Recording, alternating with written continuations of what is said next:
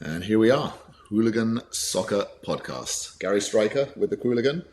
Qooligan, Qooligan how are you? in the house. In the house, rocking the Crystal Palace shirt. How many Crystal Palace shirts do you have?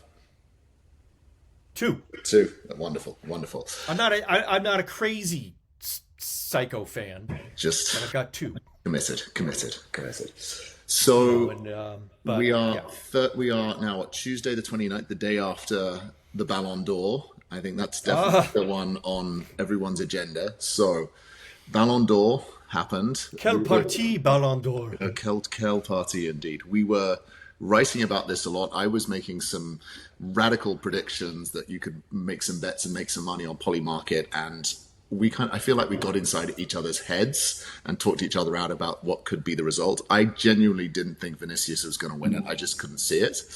But yeah, so tell me, what is your I what? never, I and my heart never said he deserved it. In my heart, Rodri should have won, Yep, yep, and I did when Rodri blew out the ACL. I thought that's it, he's yep. done. That's it. Yeah. Right? I didn't think he had a snowball's chance in hell. But the world doth work in mysterious ways. So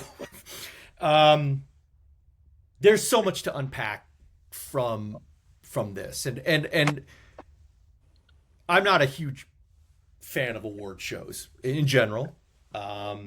Having attended a number of them in my time, having worked on them in a production capacity before, so I'm just like, whatever. They're not great. But boy, did this one bring some drama. This was very, very curious. So the drama, just sort of understanding the sequences of events, is pre-event. Normally, these are big sort of. Normally, Barcelona, Real Madrid are the two dominant forces behind this. There's lots of lobbying, lots of PR. There's Oh yeah. lots of sort of feeling. There's lots of sort of feeling of sort of like this is not an honest sort of fair representation of who the best player is. There's a lot of politics, particularly as Ronaldo and Yeah. Messi have dominated the awards for the last 15 years, and finally there's been a change. Oh, Right? yeah. This how refreshing that neither of them were involved. Yep. Right. It- And I think one could make an argument that Messi probably had a legitimate chance to be included within this year, just on the basis of some of the achievements that have happened and his time at Inter. You could make that argument, and I even would accept said argument. and also Messi won Ronaldo, the of course, had to be. Yeah, he had to be pushed Ronaldo's aside. out of the picture, That's but Messi also won the Copa America or the Copa America with Argentina as well. So that yeah, I agree with your point. There is legitimate, but I think yes. everyone had moved on. But what's interesting is Thank you. what Thankfully, what is interesting if we just think about the context of the Ballon d'Or, right? To win the women's Ballon d'Or, it's based on three main criteria, and I'm reading obviously here off what they say. They have individual performances, decisive and impressive character. Number two, team performances and achievements, and three, class and fair play. Those are the three. oh boy, Those are the three criteria. yeah. So the sequencing of events that happened is normally, as I understand it, is traditionally what would happen is when Messi was at Barcelona, the Barcelona team would really get behind this. It's made up of journalists, by the way. Journalists do vote from this. The top 100 journalists from 100 countries vote on this. So of course there's a politicking, there's a bit of sort of schmoozing going on, and obviously I'm sure there's box seats, tickets, there's access to players and interviews and those kind of things. So there is that game that gets played. But what was interesting is the sequence of events. Vinicius was the hot favorite. The hot favorite. If you look across Polymarket and all the other platforms, he was sort of like he was a shoo-in as far as everyone concerned. And as we can both agree, we both didn't feel that was the case. And then there was a leak supposedly that Rodri was going to win it, and out of protest, the whole entire Real Madrid entourage boycotted it and did not show up, which was not the classiest move, to be perfectly candid, but that seemed a little bit funky and a little bit strange. That I had a number. I prepared a number of notes for today, and in fact, that was my point number 4. Okay, let's To go. Stop. quote, to you know, to no, to quote the one of the popular sports betting commercials with LeBron James, and call a plumber. Yeah, y'all got a leak. I mean, really, because no awards show reveals who's winning. They just don't. It's actually a significant breach of everything that goes on, because they bring the boxes on stage, they unlock the winner, and yet for them to have known something happened, that unto itself is a whole source of controversy, to use your pronunciation, and questioning how did that happen? How did they even know that this was going down? I also think that, given those three criteria, Real Madrid kind of did not live up to the third part of that. That was not a classy move. That was petulant. That was childish. It was churlish. It was I'm taking, it's like when you're in the playground. I'm taking my ball home. Screw you guys, right? I'm taking my ball home. I'm taking my ball and going home. Come on. Yeah. Last year, I think, last year's Ballon d'Or, I thought Erling Haaland got robbed. I thought he was, without a doubt, I'm not, I don't want to get into the debate about Messi winning the World Cup, got him all this, that, and the other thing. He already won it 7 times. Did he need another one? No. Erling Haaland was exceptional last year across all categories, deserved to win it. And he still showed up, and Man City still showed up, and they all went. Yep. And they all kind of had to sit there with their grins on while Messi got up and won. I mean, the guy he has a house for his trophies. And so, they did it. For Real to behave in that way is surprising and unbecoming, very unbecoming. No, it's not. It's unprofessional. That's the only real way to put it. It's unprofessional. It's unsportsmanlike. And I'm curious, and because here's what happened, and here's the other thing. So Vinicius doesn't get it. There are other players that were nominated, right? Mm-hmm. They had 3 of the top 5 players were from Real Madrid. There was Bellingham, and why am I blanking on homie's name? I don't know why, but Bellingham and Carvajal as well. Carvajal was in Carvajal. Yes, Carvajal. And Ancelotti won Coach of the Year as well. Oh no! And the club won Club of the Year. They snubbed 2 awards. Mm-hmm. In favor of 1 individual award. Mind blown. I don't know. I just, and that the journalists probably were giving Real the other ones because they knew they weren't giving him the big one. That's generally how these things work. But I mean, listen, if they got a leak that Vinny wasn't winning, they obviously didn't get the leak that they were winning the other stuff, because you've got to sit there and go, how does all that weigh out? Because if I'm a Real executive and I know that Vinicius is not going to win, but I also know that I've got other awards that are supposed to be coming to the club, would I do that big and bold a statement? I mean, maybe. And if it is, that is the greatest troll of all. I mean, that's some next level trolling. But I don't think that is what happened. I think they just got whingy and stayed home. They've kind of got to the stage where they expect to win everything, which is fair. But I mean, if we just sort of unpack Vinicius a little bit more, look, he's a great player. There is no two ways. Oh, yeah. He's a phenomenal player. He won the Champions League, obviously, with Real Madrid, and he dominated, and he is an on-form player. For me, he just doesn't have the sort of gravitas of a superstar. He just doesn't feel like he is the next Neymar for Brazil, or he's going to sort of be the alpha dog at Real Madrid. He's an amazing player, no two ways about that. But I was looking at some statistics. Look at this. For Brazil, okay, here are his statistics for Brazil. He has played 29 games. How many goals do you think he scored for Brazil in 29 games? 3.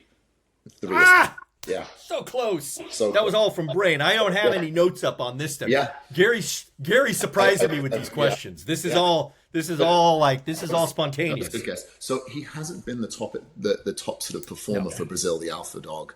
I get that, you take Vinicius out of Real Madrid. I still think Real Madrid are capable of winning the Champions League. I don't think they miss him hugely. But it just, and again, he doesn't have that sort of gravitas as a superstar player for me, to be honest, and win it. Whereas Rodri, if you look at the other hand, I mean, the last 12 months, I mean, just dominated with Spain, won the European Championships, obviously with City. He went, I saw his mother statistic, with Rodri, he went 447 days without losing a game. Rodri. That's just how on top of his game he was. Again, the Pep effect, maybe it's even the Pep effect, who knows as well. But perhaps that could be some sort of factor of it. But for me, I think Rodri was definitely deserving of it. And obviously, it didn't surprise me too much that Vinicius didn't win, to be perfectly honest. I also think it's a nice acknowledgement of that specific role in the game, because looking at the Ballon d'Or history, you have only 5 individuals who were not forwards or attacking midfielders who have ever won. And Gary, would you like to take a guess at who those individuals are? I know Cannavaro, the Italian defender, was definitely one. You are correct. Correct. Who else was there as well? There was a goalkeeper, Matthias Sammer, if you want to consider him a German defender. He's more of a maybe. Matthias Sammer is considered a defensive midfielder. That's 2. Yeah, very good. That's 2. And then didn't Oliver Kahn win it? Maybe I'm getting that wrong. I think that's wrong. No, that's not right. You are correct in the position. You are wrong with the player. It was a goalkeeper it wasn't Buffon. It was. It was Lev Yashin, the person for whom the goalkeeper award is now named. And he won in 1963. He was a Russian goalkeeper. The Black Spider, they used to call him. What a name. Come on. Wow. The depth of your knowledge is like an ocean. It was, the Black Spider. I get goosebumps when I'm thinking about it. Yeah, he won in 1963. And then the last one, and you'll kick yourself, Franz Beckenbauer. Defensive midfielder, though, was he? Or he was kind of a sweeper? No, defender, pure defender. No, Beckenbauer is a pure defender. He won twice, and then Lothar Matthäus. Lothar Matthäus. Yes, Matthäus. So he, and that's it. That's all of the defensive midfielders and defenders and goalkeepers that have ever won. And so, and Rodri statistically is better than all of them in his role as an attacker and in his ability as an attacker. Mm-hmm. He surpasses all of them. Mm-hmm. So, and then here's the third factor. You talk about the class and the character. And listen, as a fan, Rodri annoys the hell out of me. I hate him. I hate when my teams play Man City and I know he's going to be there. I hate it. Is that because he's so good, or because he's one of those players that just pisses you off? Both. Yeah. But I also recognize off the pitch, the man is a saint. Right? Everything that you read about him, the social work that he does, he never seeks the spotlight for any of this. Mm-hmm. Apparently, when he was at university, because he actually went to university while he was a professional, he was at a university living inside the university dormitories. Right? He was, he was studying business or something, and nobody knew. Nobody in his dorm or nobody at school knew that he was a professional footballer. Wow. Until they saw him on the news when he was playing for Valladolid and scoring goals. And they're like, oh, isn't that Rodri from down the hall? Is that Rodriguez? Huh, look at that. Yeah, I mean, it's like, that's not who he is, right? He is unassuming. He is absolutely the epitome of a team first player. Yep. Right? He will never seek the glory for himself. I don't think he's the guy who's going to take the shot. He's the guy who's going to make the pass. So it's like, yeah. Yeah. What a nice just what a nice way to reward that type of that dedication. He's had some years, right? So he's approaching his 10th, 11th year of professional play. It's very difficult to give a big award like the Ballon d'Or to young players because who knows whether they'll stand the test of time, right? I think that was one of the things that played against Holland last year was that they were like, this is a freak season. Let's see if he can do this, once or twice more. Yeah, I mean, kudos. Yeah. I think he was an outstanding choice. Fully deserving. That does feel as well. Now, obviously, it seems like this Messi Ronaldo era is kind of behind us. Obviously, I know Messi's still around a little bit more and obviously sort of waning. But who is the next generation of superstars? Of course, we've got Mbappe. You have Haaland. Vinicius is in there as well. I wouldn't put Rodri as sort of the next generation of superstars. He's just been really, really good. The problem is he's injured at the moment with an ACL, so he's going to be out for 9 to 12 months as well. So that's he's out of the running for next season. Which clearly that's fully deserved. So you've got these three superstars, and then of course you've got Lamine Yamal, who won Best Young Player, which fully deserved. Absolutely, the guy's absolutely incredible. Oh, yeah. So suddenly you've got this like cabal of like these four players, and then there's a few other in the Premier League, sort of coming up as well and sort of bouncing around the place. So who is going to be sort of the next peak sort of alpha dog that comes up out of these? But it definitely feels as though this is a transitional year of sort of letting it out with the old and in with the new, as they say. Agreed, and I love it. And when you go back and you look at the Ballon d'Ors, you see these trends like where you have blocks of players that are winning, and that's normal, right? Because I mean, so when a generational talent comes along, you recognize it, and they tend to win. Nothing even close to approaching the Messi Ronaldo axis, as I call them, right? They're just they had it all locked in. Yeah, and even though somebody threw a bone to Luka Modric that 1 year, I mean, when you look at the stats of Luka Modric in that 1 year, he wasn't even close to where Rodri was now. I mean, it's like, I think they were just like, okay, we're tired of this. We got to give it to somebody. And he was happened to be the guy at the time. They were like, great, yeah, let's give it to him. Yeah. Listen, I'm going to make a claim. I would love to see Mo Salah in the running. And again, not because he's ever at the top of every season, but because his consistency at one of the highest league competitions for 8 years now running has been incredible. And again, what's his heavy backpack?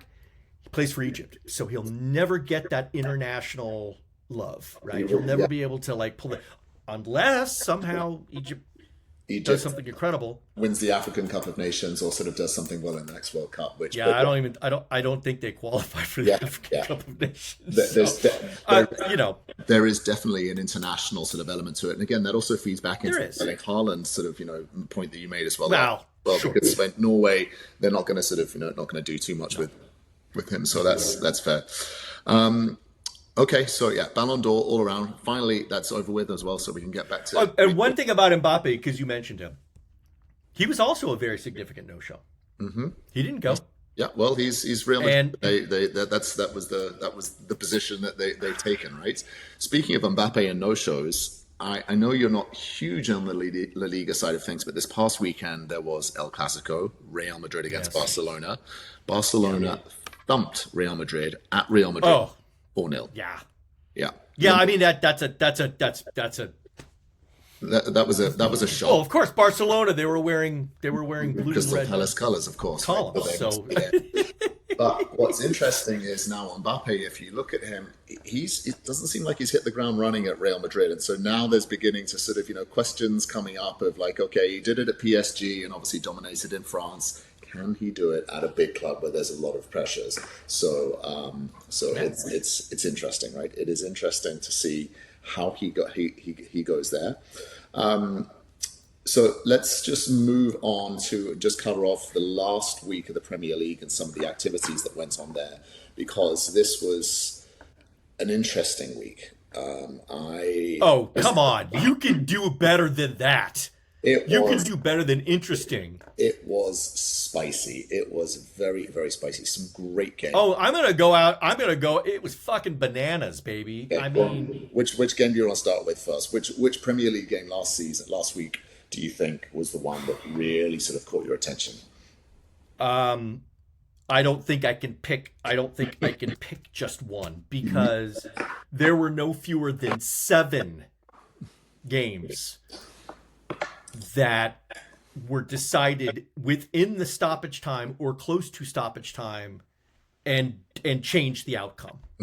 I mean, if I had to pick one that I think was the most impactful on me personally, and don't be surprised by what I'm about to say, Gary. Yep. Palace. It was the Ipswich Brentford game. Oh wow, you're really digging deep there. No, and I'm telling you because one, I happened to be watching that game. I was prepping to go to my son's soccer game, Yeah. and it was on, and I saw it. And Ipswich, of course, they're down to 10 men. They get the equalizer. They get the equalizer to go to 3-3. And I'm thinking, wow, what a steely performance by Ipswich. The Tractor Boys, this might be their day. Wow, this is great. And then Brian Mbuemo, what the I mean, I've watched that footage and I still don't know how the hell the ball went in. I was gutted. I was they're not even my team. I was gutted by the result. Just hammered. Yeah. Hammered. Yeah. Brentford sitting in ninth place because of that. They managed to steal that one. That was that was a Gonna put a pin in Brentford because I'm gonna return to Brentford on another topic later. But okay. stay tuned. We've got. I thought the Liverpool Arsenal game was a fair result, and I think it has shown Arsenal that they are not the title contenders that everyone has pigeonholed them in for, and I think they're going to start to fall off even further as well. I don't think they are the real deal. I think it's going to become a 2-horse race now. I think Man City is still the team to beat. Liverpool look like they're still holding pace and being able to contain it, being able to, even though we are a quarter of the way through the season. But yeah, I think it seems like it's going to be a 2-horse race. So now it's just going to be an absolute bun fight for the sort of top 4 positions in those European slots towards the end of the season.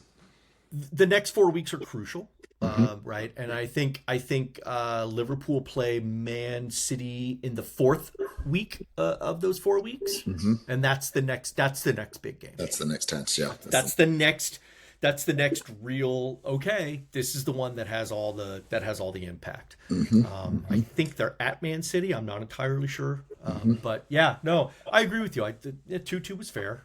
Yeah. 2-horse race, and then the rest of it will go through. Obviously, we have to.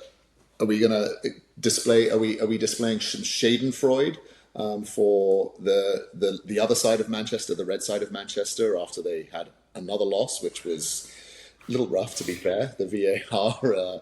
Well, yeah, I mean, I don't know. In my article, I was calling out all of those incredible heroics that occurred, but of course, I had to give the award to VAR for this game because, I mean, honestly, yeah, wow, Yeah. Wow. So, I didn't see it. I didn't see that game in real time. I have no idea what happened between De Ligt and Danny Ings. But I know that Danny Ings will, he'll topple over, he'll topple over in a soft breeze. So, but I also know De Ligt is known for sometimes doing some stupid stuff. But VAR clearly, I think, made that call. Yep, that is true. So now United, now that's 2 managers they fired in the space of about 3 weeks, obviously being Ferguson and letting him go from his elevated position up in the stands, and now obviously Eric Ten Hag as well. So this new Ineos ownership, they are coming in and I think they are beginning to put their fingerprints over sort of how they want this sort of club to look. But it does. But what a bad look for Ineos, though. I mean, in many cases, because I get it. They're making their stamp. They're flexing. But they furloughed a lot of people Hmm. while they were keeping Ferguson and giving Ten Hag a big shiny extension.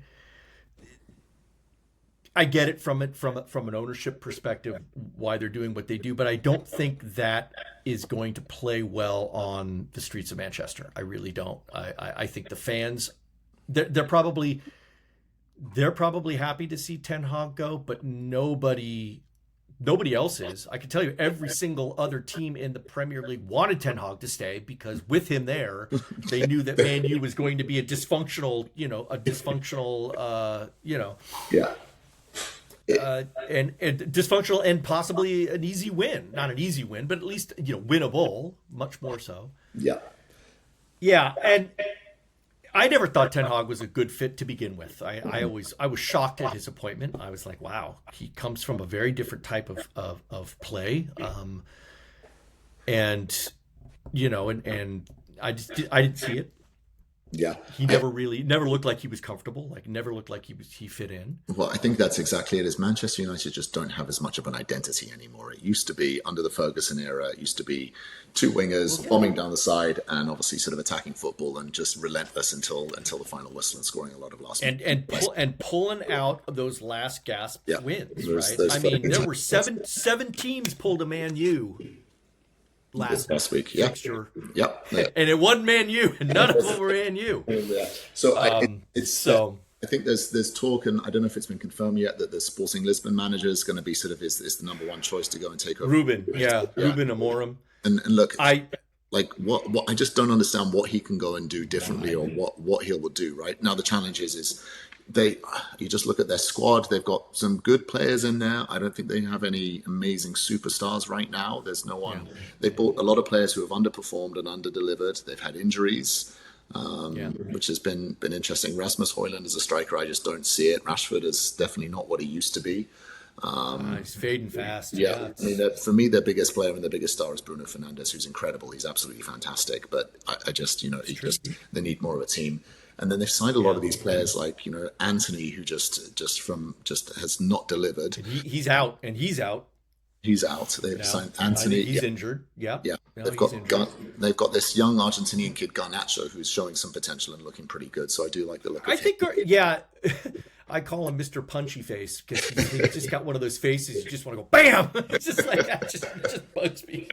Yeah. Like, but yeah, no, but I do think he's sprightly. He's sprightly. But he's inconsistent, right? Don't get me started on Casemiro. They need to furlough him. That's he will be gone. He's Mason Mount they signed from Chelsea for 60 million, and he's just been injured and he just can't get on the pitch, which is frustrating and upsetting. That's hard. Yeah. That's hard. And then also as well, and then Christian Eriksen is since he came back from the dead. He's an amazing player, but he just, again, I think he's also sort of twilight years. Yeah, and no, he's in his twilight years. And I listen. I'm just thankful that he had any sort of career resurgence whatsoever. Yeah. Though you should thank Brentford for that, not Man U. That was. I actually thought it was a bit gauche to leave Brentford after being there when they gave him that opportunity. But I'm sure Brentford made. They took some money, and everyone they probably took some coin for that. And Brentford's always been very mercenary when it comes to their players. That is their business. Their business is to develop players and sell them to keep the club afloat. So they're sticking to their guns. They're sticking to their guns, right? Now, what I am surprised by is all of this talk about Ruben Amorim. I'm wondering if this is a smokescreen for what they really want, which is Thomas Frank. You think it's Thomas Frank from Brentford as well, and so that's. Listen, man,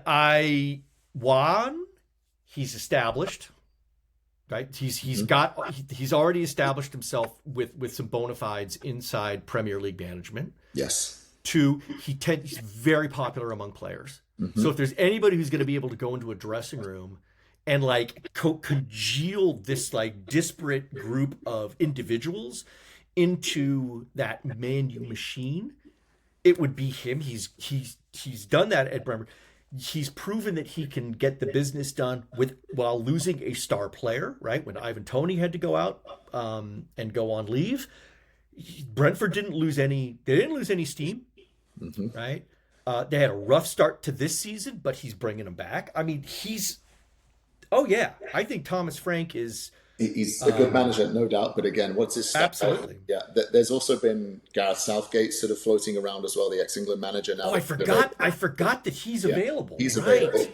Gareth Southgate. But generally, what this is going to happen is this is going to cause a manager merry-go-round. So as one goes, and then if they do go and take from Brentford, Brentford have to replace him. Round and round it goes. The other name that I heard as well floating around just on the rumor mill is Zidane.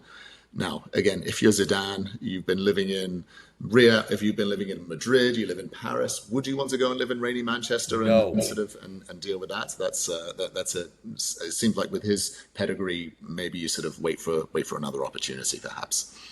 And Zidane is too much of an ego. There's no way Ineos would be able to would tolerate him calling shots, and he wouldn't tolerate them getting in his way. It's not going to happen. Yep. Not going to happen. So No. okay, well, we'll keep an eye on that one. I think now, I obviously, mean, I'm spitballing obviously on Thomas Frank, but it looks to me that maybe, but they also need to get somebody fast. And you're right, they're not going to be able to pull Frank. I mean, could they pull a Chelsea and do a Graham Potter, well, move out? they'll have to kick up a lot of money, and it just seems like they've been burning a lot of cash on a lot of bad talent lately. It's a very good point. So, No, and I think they'll take Ruben, but I think Ruben's a sacrificial lamb. I think they're really looking for someone else, yeah, but they're willing to take Ruben on temporarily. And listen, Ruben, Bubby, listen to me. Don't do it. Don't do it. Don't do it. Don't do it. Well, if it doesn't work out here, what did Ten Hag? I read that he got something like a $22 million payout as well because he extended his contract at the end of last season. So don't cry for Eric Ten Hag. He's going to be just fine. Oh, I'm not crying for Eric Ten Hag. He's going to go back to the Netherlands and buy a dorp. A whole dorp. He can buy a whole dorp. He buy a whole town with that money. Please. Indeed. And then, so now that the first shoe is dropped on the managerial merry-go-round, obviously, the question then is who is next? Now the media have got their blood and sort of their first blood, as it were. It doesn't feel like there's any really underperforming managers at the moment. The only one that does maybe jump out at me would be Eddie Howe at Newcastle, because after I think this is his third season now, or maybe his fourth. First season he got into the Champions League, did really well, and then they've just kind of just fizzled out. I don't know, sort of the mid-table team.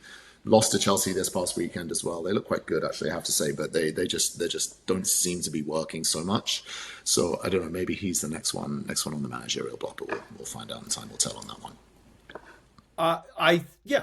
I'd say my short list on managerial pain is Southampton. I can't remember just off the top of my head, but Southampton's manager could be. Although, listen, I thought Southampton played admirably against Man City. I would not want to be Cameron. Nothing that you offered me could have made me take places with Cameron Archer. That poor kid with that miss. Oh, Lord Almighty. But I'd say that there's a chance there. I think Crystal Palace's manager was in a very iffy position, but I think their win against Spurs has now bought him a little time. If they can follow up with a subsequent win next week, if it's a big if, but guess what? They're at home again, and they're playing Newcastle, who's on the reel. So this could happen. And then the only other one is Ange. At Spurs, Postecoglou, yeah, but this is his. I mean, I think that's a serious long shot because I think they're attached to him, and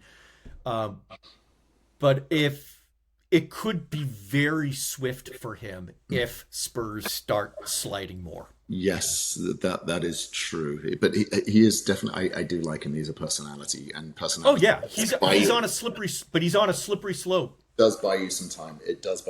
That's for sure. That is for sure. Yeah. Okay, and then Those are my thoughts. It's moving through. So this upcoming weekend, in terms of just looking around at some of the games around the world, obviously just starting with the Premier League, I think obviously Newcastle Arsenal is the early game, which is I think that's probably got an Arsenal win over that. I don't know if you. Apparently, I was misinformed. We are not playing. Yeah. This just in. Qooligan made a mistake. What? No, never happened. No, we're not playing Newcastle next Wolves. week. Yeah, you're playing Wolves, so that We're playing Wolves. Yeah, that's the bottom. Oh, well, then that's a guarantee. What are we talking about? There it is. No, that's the other manager that's in danger. There, right there. I totally forgot about Wolves. You got Newcastle, Arsenal. You've got Bournemouth against City. City should sort of walk through that one. Liverpool, Brighton are in sixth place. Brighton are really overperforming and over delivering, and Liverpool, I have to say, I think Brighton gets their comeuppance against Liverpool. I think Liverpool's gonna just. I think they're gonna waltz it. Yeah. They get served. Now you've got Spurs against Aston Villa. As we were saying, Aston Villa are the surprise team for me this both last season and this season, and I really am beginning to like Aston Villa.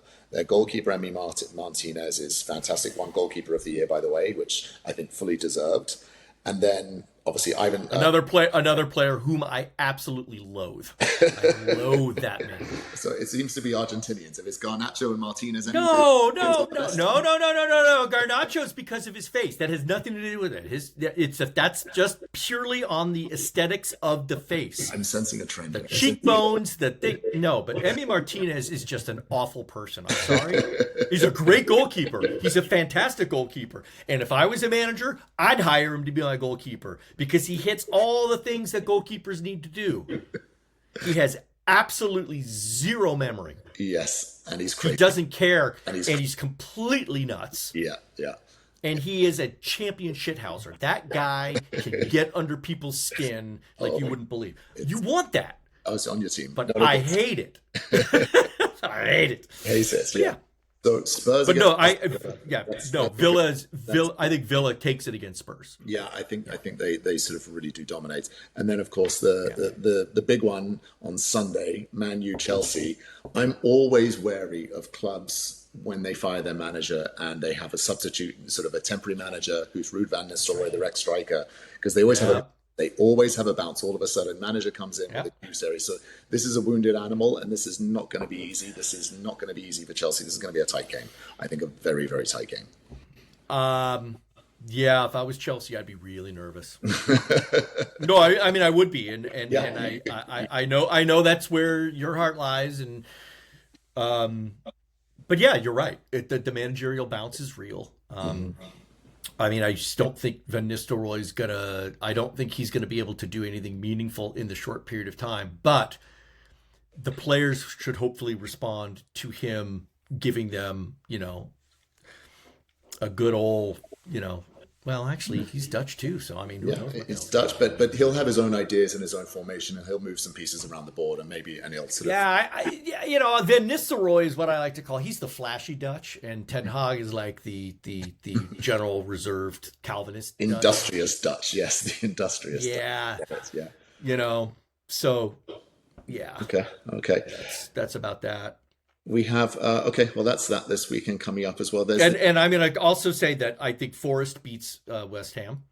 Okay, yeah, Forest have been looking. I think. Well, no, I mean it's going to come down to one. It's going to come down to one factor, and that's Chris Wood. That's okay. Chris Wood is tearing it. He scored 7 out of the 11 goals of the team, so he's dominating that. And he's not even doing it in traditional Chris Wood fashion. He's actually taking shots from outside the box, and they're going in. This is the strangest revelation ever. He's not just standing there waiting for the ball to hit off his head into the goal. Yeah. Okay. I don't know. We'll have to. And then, of course, you've got a couple of really good bottom of the barrel matches. Ipswich, Leicester. Ipswich have to win. This is it. They have to win. They have they have to win this. I mean, and then Southampton, Everton. And then Southampton, Everton is a good one. Yeah. There's this Leicester player that was really, really getting a lot of attention. Buonanotte. Yes. Young guy. Fast. Yeah. 19 years old. Powerful. Yeah. Fast. Silky. Yeah. Turned the game around last good. Week, and he was the reason Leicester won. Leicester won last week. Yeah, but I wonder, but again, similar to the Aston Villa striker, the super sub as well. They just don't start him yet. He's not starting yet. So I wonder if that will change and see what happens there. Yeah. They might have I think they started him last week, and he was not as effective. No, he didn't start last week. He came off from the bench and Oh, made he didn't. that's how Leicester City ended up winning. Yeah, that's how Leicester. Oh, did he make the assist to Vardy? He made two. Oh, okay. Yeah, he came back and he gave the assist, and he got two. I think he got two assists, and he was the impact player. He's definitely the Well, one. there To you go. Yeah. Right. Yeah. No, listen. I mean, I bought him in my fantasy. I looked at it. I was like, oh yeah, this kid's good. I'm going to get him. Cheap. But yeah. Okay, and then MLS playoffs going on at the moment. I know you're not the biggest MLS right, fan. no. Have you been following any of that at all? I'll be blunt. I think the MLS playoffs. No, you can put that aside. The USL playoffs is where all the excitement's going to happen. That starts Saturday. Yeah. Right. So the USL playoffs, which is the division below MLS, is where, because that's where my hometown team is actually playing. They're the 6th seed, and that we're playing. The Oakland Roots are going to be playing Real Colorado, and so I prefer that. But yeah, because the MLS playoffs the first round already happened. That's right. Yeah. Right.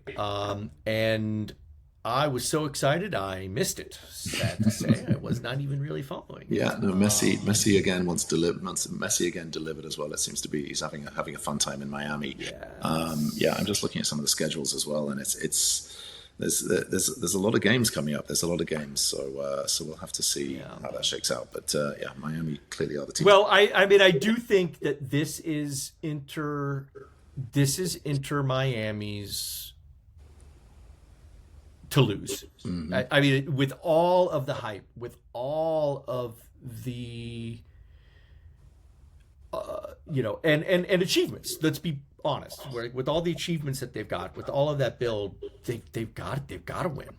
Yeah. Right? If they don't win, I mean, it's going to be a little embarrassing. And of course, it's all single elimination matches, man. The any given Sunday scenario comes in very, very strong.